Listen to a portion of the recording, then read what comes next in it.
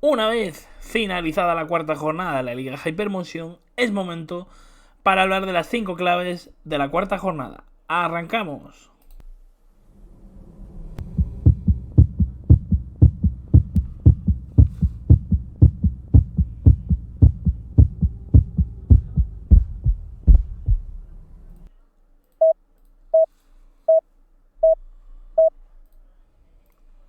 Con F de fútbol, hipertensión. Con F de fútbol, hipertensión, donde los partidos no solo se viven, sino que también se sufren. Y como comentaba, vamos a hablar de las claves de la jornada, pero antes vamos a repasar los resultados y la clasificación, porque ha pasado de todo. Tenemos el 1-4 del Mirandés al Albacete, primera victoria del Córdoba ante el Castellón, primera derrota del Sporting ante el Deportivo de La Coruña, primer gol en contra del Real Valladolid en el empate ante el Zaragoza, primer punto del Granada en la Rosaleda contra el Málaga, primera victoria del Ceuta, otro 0-0 del Burgos, esta vez contra Las Palmas, el espectacular 3-3 entre el Sanse y el Cádiz, un empate más del Leganés que lleva pleno 4-4 y primer punto de la Cultural Deportiva Leonesa y primera derrota de la Andorra 2-0 ante el Eibar, además del que para mí ha sido el partidazo de la jornada, ese Almería 2 Racing de Santander 3. Y en cuanto a la clasificación, el propio Racing, 4 partidos, 4 victorias. De momento, Cultural Leonesa, Granada, Albacete y Castellón en descenso, pero bueno, una victoria les puede aupar varias posiciones hacia arriba. El Sporting, segundo todavía por la derrota de la Andorra, que si hubiese ganado, fijaos, está octavo ganando, hubiese acabado la jornada segundo. Todavía está todo muy igualado. Y el primer punto, la primera clave de la jornada es que el Albacete suma su tercera derrota, además consecutiva. Perdió 1-4 ante el Mirandés y como podéis observar siguen casi los mismos problemas desde el primer día. Una línea defensiva muy inestable, en la que John García acabó expulsado, Javi Moreno acabó siendo sustituido, Vallejo lesionado con molestias físicas. Vallejo está empezando a entrar en terreno Granada 23-24. Juega un partido, de repente desaparece, molestias que no se van y al final no juega. Y Pepe Sánchez está lesionado, veremos a ver cuándo pueden volver. Igual el Albacete ha pecado de no fichar un central más en el mercado de verano, viendo la situación de John García, más los antecedentes de Jesús Vallejo. Luego sí, en línea 3, Valverde tiene cositas, Morcillo siempre da buen rendimiento, al igual que Agus Medina, Antonio Puertas le tocó jugar de 9, ni Jeff T, ni Dani Scrich, aunque lleva 2 goles, están convenciendo demasiado y apuesta por Antonio Puertas. Y luego en clave Mirandés, Carlos Fernández ha caído absolutamente de pie, otra vez gol y asistencia, y luego Gonzalo Petit entró desde el banquillo, marcó un gol en el que es absolutamente clave en toda la jugada, en el apoyo, continuando la jugada, que es otro de los debes de la defensa del Albacete, que nadie sigue a Gonzalo Petit en esa jugada, y además también provocó la expulsión de John García. Por lo tanto, el delantero cedido por el Betis está a gran nivel. La segunda clave de la jornada, como decía antes, primera victoria del Córdoba Club de Fútbol. Había empezado de forma un poquito, digamos, rara por esas 2 derrotas en las 2 primeras jornadas, luego el otro día empató, pero bueno, a ver, esto es ir engrasando la máquina. Que se recupere igual también Rubén Alves puede ayudar. Vamos a ver si Fomellén sigue siendo titular cuando esté al 100%. De hecho, Fomellén ha jugado con Xavi Sintes, con el propio Alves y con Alex Martín.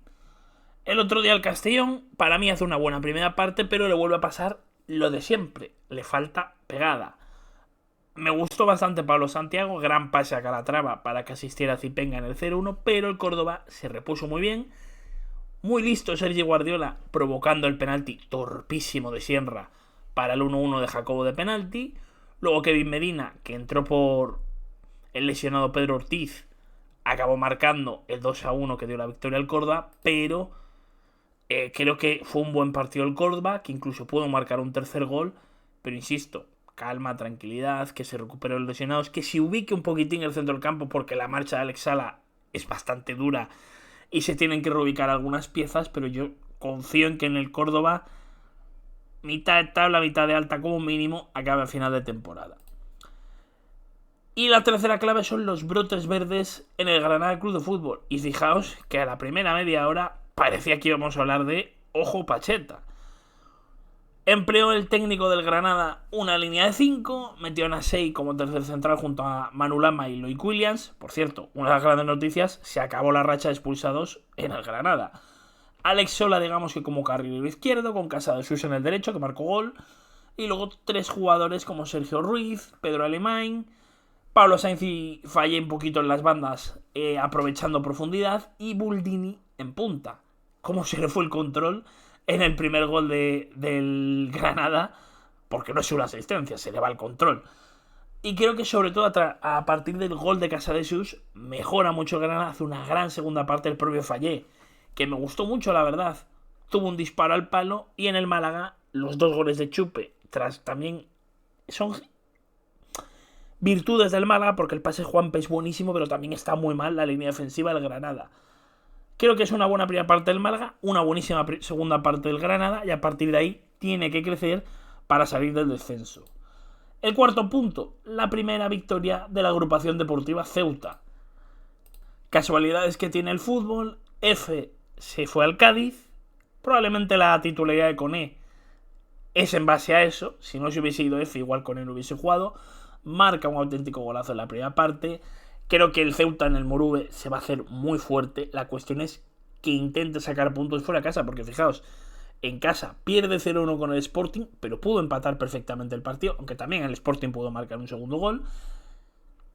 Fuera de casa ha sido anticompetitivo ante el Valladolid, perdió 3-0. Fue anticompetitivo ante el Racing, perdió también 4-1. Pero en casa le ha ganado 2-1 al Huesca y ha hecho un gran partido. El Huesca sí es un rival correoso, que te cuesta ganarle, aunque acabó con 10 por la expulsión de Enrich. Pero vamos, Koné marcó ese golazo. Luego empató en una gran acción individual en Ol Rodríguez, pero prácticamente inmediatamente se cumplió la ley del ex. Samu Beng, el número 12, no confundir con el 22 que es Koné, marcó el 2-1 que dio la victoria al equipo ceutí, y el conjunto caballa sale del descenso y veremos cuánto consiguen mantenerse ahí, que es el gran objetivo, no lo olvidemos. Y la última clave, el partido de la jornada bajo mi punto de vista. Ese Almería 2, Racing de Santander 3. Y ambos equipos para mí son un poco Dr. Jekyll y Mr. Hyde.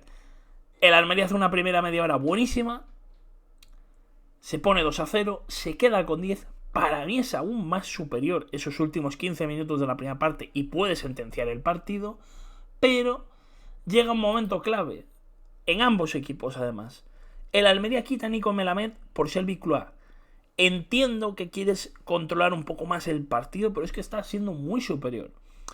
Con esa superioridad, al contraataque ante un Racing que se tenía que abrir sí o sí, le podías meter perfectamente el tercero. De hecho, en el inicio de la segunda parte estuvo a punto de pasar. Y ahí se acababa. Pero el Granada decidió ser, digamos, más controlador. El Racing dio un paso al frente, introdujo a Jeremy, introdujo a Pablo Ramón, que le ayudó a mejorar en salida de pelota, metió a Michelin para con Sangali por la izquierda hacer, digamos, carrileros, línea 3, y ubicar a Gustavo Puerta como organizador de todo el juego del Racing. Gustavo Puerta, que la primera parte no estuvo bien, estuvo perdido, errático, falla en un gol del Almería además, pero en la segunda estuvo a gran nivel y marcó el gol de la victoria en ese remate de cabeza a centro de Michelin, y con una gran segunda parte y un doblete de Jeremy Arévalo. Y creo que ambos equipos son esto: un 2 o un 9. Rara vez van a dar un 5 o un 6. Y eso es lo que el año pasado les penalizó, haciéndoles quedar quinto y sexto respectivamente, pese a la buena plantilla que tenían y pese a la gran primera vuelta que hicieron. Y por lo que a mí respecta, estas son las 5 grandes claves de la jornada. Si te ha gustado el vídeo y no estás suscrito, puedes suscribirte para ayudarme a crecer, darle a la campanita para que no te pierdas ninguno de los vídeos. Ya sabéis, lunes, miércoles, viernes siempre hay vídeo, y si hay alguna noticia destacable, pues puede haber un vídeo de repente. Pero bueno, puedes seguirme en mis redes sociales, que por ahí también avisaré. Y si te ha gustado el vídeo, dale a like, déjame el me gusta, que así me ayuda a la exposición, a que YouTube recomiende más los vídeos y poder seguir creciendo y mejorando de la mano de todos vosotros. Muchas gracias y hasta el próximo vídeo.